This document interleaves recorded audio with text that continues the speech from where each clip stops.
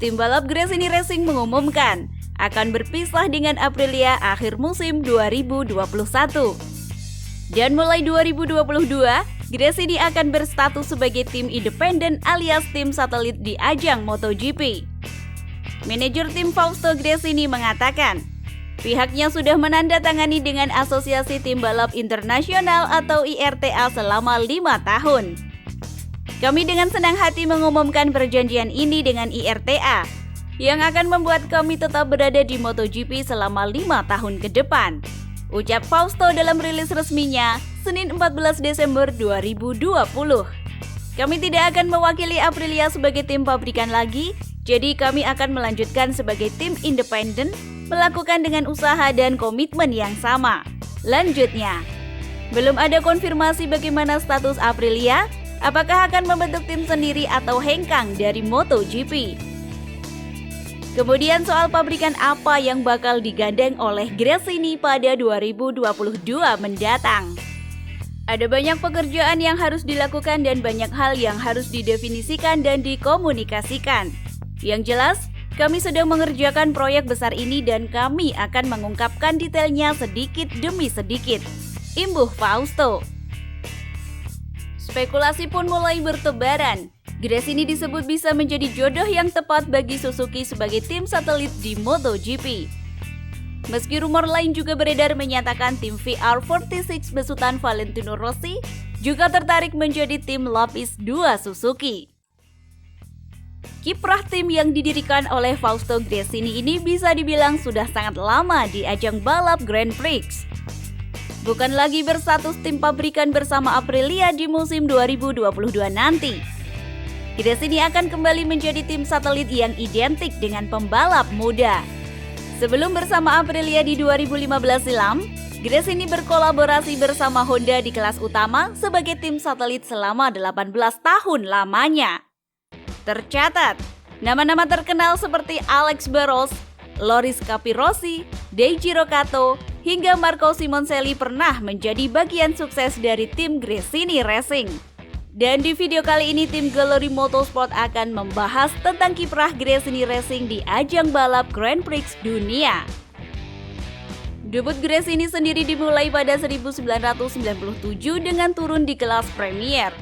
Mereka menunjuk pembalap asal Brazil, Alex Barros, dan langsung bersaing dengan para pembalap terdepan. Persiapan mereka cukup singkat, yakni kurang dari 2 bulan. Barros bertarung untuk memperebutkan tempat teratas, namun dirinya harus terhenti akibat kendala teknis yang dialami timnya.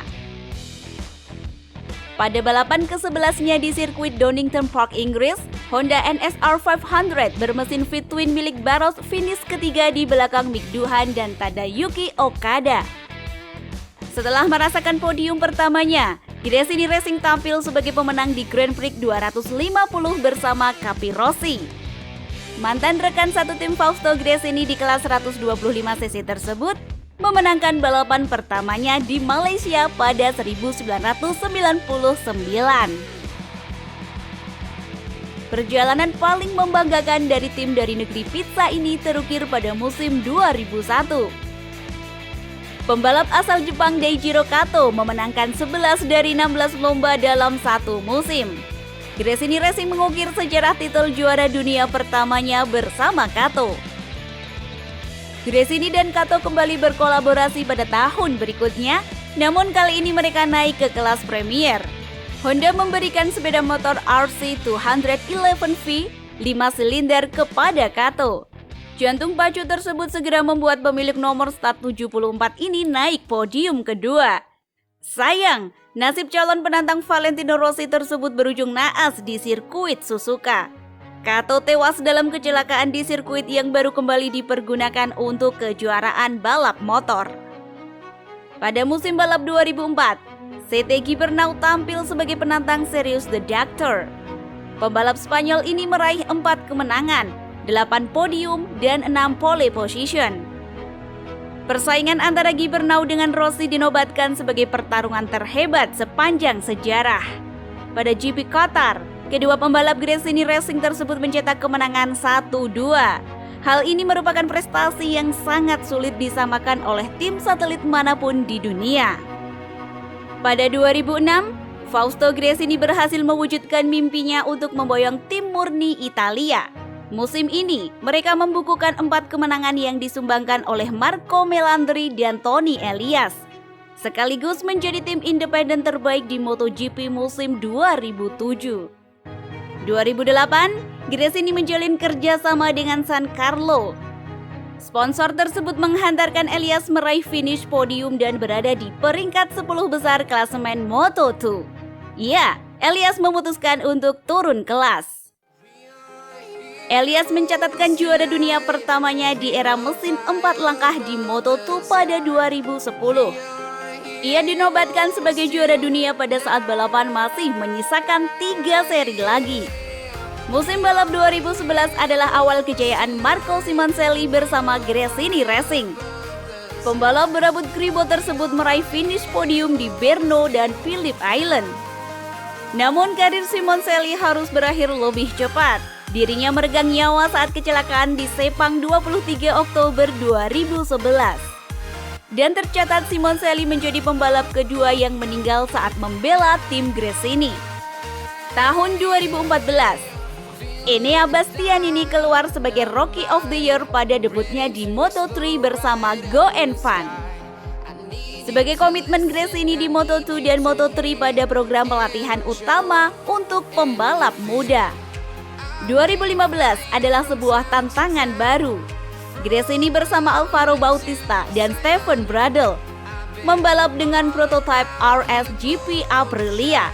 Ya, Gresini memutuskan kerjasama dengan Honda dan beralih ke Aprilia.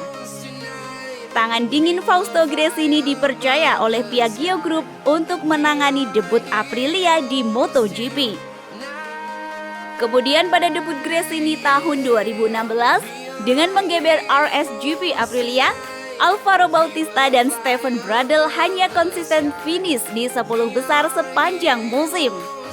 Namun di lini Moto3, tim Gresini berhasil memenangkan balapan melalui Enea Bastianini sebagai runner-up kejuaraan di musim itu. 2017, Gresini kedatangan 3 pembalap asal Spanyol, yaitu Alex Espargaro di kelas MotoGP, Jorge Navarro di kelas Moto2, dan Jorge Martin di Moto3. Namun kedatangan Alex Espargaro hingga saat ini belum mampu membawa Aprilia Racing Gresini bersaing dengan pembalap papan tengah, apalagi pembalap terdepan. Tahun 2019, MotoGP membuka pintunya ke ajang balap Moto2, di mana saat musim pertamanya digelar, tim Trentino Gresini mendominasi dan merengkuh gelar pertama dari seri listrik bersama Matteo Ferrari. Pencapaian yang baik oleh tim Gresini setelah tidak bersinar di Moto2 dan Moto3. Sedangkan di kelas MotoGP, Aprilia harus meninggalkan harapan besar bersama Andrea Iannone di tahun-tahun pertamanya. Pasalnya, tandem dari Alex Espargaro itu dinyatakan positif doping pada MotoGP Malaysia 2019 lalu. Dan 2020 tentunya kita setuju jika tahun ini menjadi tahun yang sulit, baik untuk kejuaraan dunia dan secara umum di seluruh dunia karena pandemi COVID-19. Dengan musim yang aneh ini, Gresini Racing menutup musim dengan raihan gelar Rookie of the Year di kelas Moto3 berkat Jeremy Alcoba. Well, itulah kiprah Gresini Racing di ajang balap Grand Prix dunia, dan 23 tahun adalah sebuah perjalanan yang besar. Hal ini juga berarti bahwa Gresini Racing dapat dianggap sebagai bagian dari sejarah sepeda motor dan akan terus mengukir sejarahnya sebagai salah satu tim satelit tersukses di dunia.